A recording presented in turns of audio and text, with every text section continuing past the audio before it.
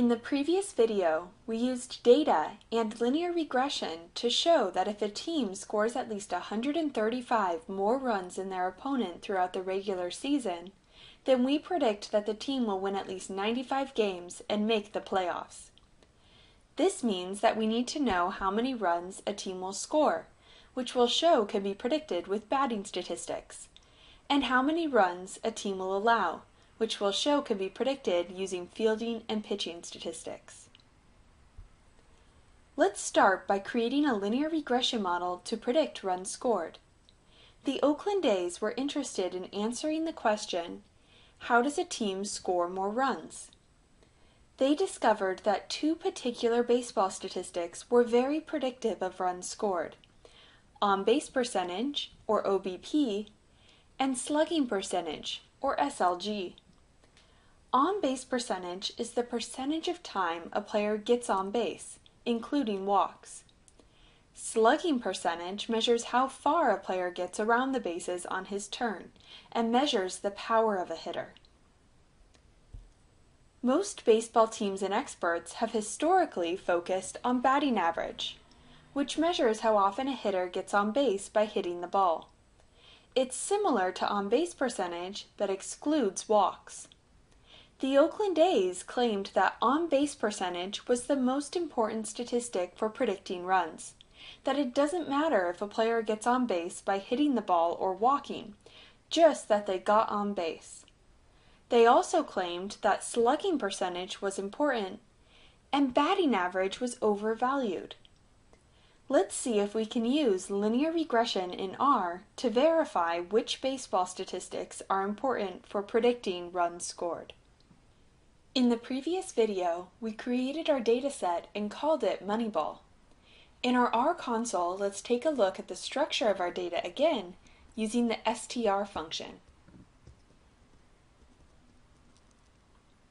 Our dataset has many variables, including runs scored, RS, on-base percentage, OBP, slugging percentage, SLG, and batting average, BA.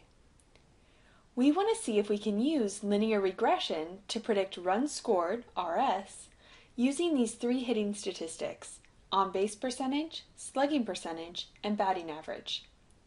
So let's build a linear regression equation. We'll call it runs, REG, and we'll use the LM function to predict runs scored, RS, using OBP, SLG, and BA. We'll use the data set, Moneyball. If we take a look at the summary of our regression equation, we can see that all of our independent variables are significant and our R squared is 0.93. But if we look at our coefficients, we can see that the coefficient for batting average is negative. This implies that all else being equal, a team with a lower batting average will score more runs, which is a little counterintuitive. What's going on here is a case of multicollinearity. These three hitting statistics are highly correlated, so it's hard to interpret the coefficients of our model.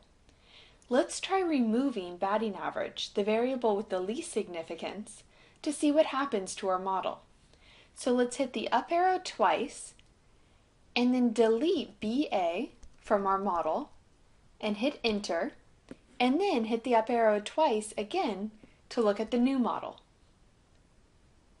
We can see that our independent variables are still very significant, the coefficients are both positive as we expect, and our R squared is still about 0.93. So this model is simpler with only two independent variables and has about the same R squared. Overall, a better model. You can experiment and see that if we'd removed on-base percentage or slugging percentage instead of batting average, our R squared would have decreased. If we look at the coefficients of our model, we can see that on-base percentage has a larger coefficient than slugging percentage. Since these variables are on about the same scale, this tells us that on-base percentage is probably worth more than slugging percentage. So by using linear regression, we're able to verify the claims made in Moneyball that batting average is overvalued, on-base percentage is the most important, and slugging percentage is important for predicting runs scored.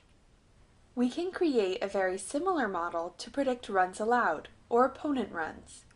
This model uses pitching statistics, opponent's on-base percentage, or OOBP, and opponent's slugging percentage, or OSLG. These statistics are computed in the same way as on-base percentage and slugging percentage, but they use the actions of the opposing batters against our team's pitcher and fielders. Using our dataset in R, we can build a linear regression model to predict runs allowed using opponent's on-base percentage and opponent's slugging percentage. This is again a very strong model with an R-squared value of 0.91, and both variables are significant. The key message here is that simple models using only a couple independent variables can be constructed to answer some of the most important questions in baseball.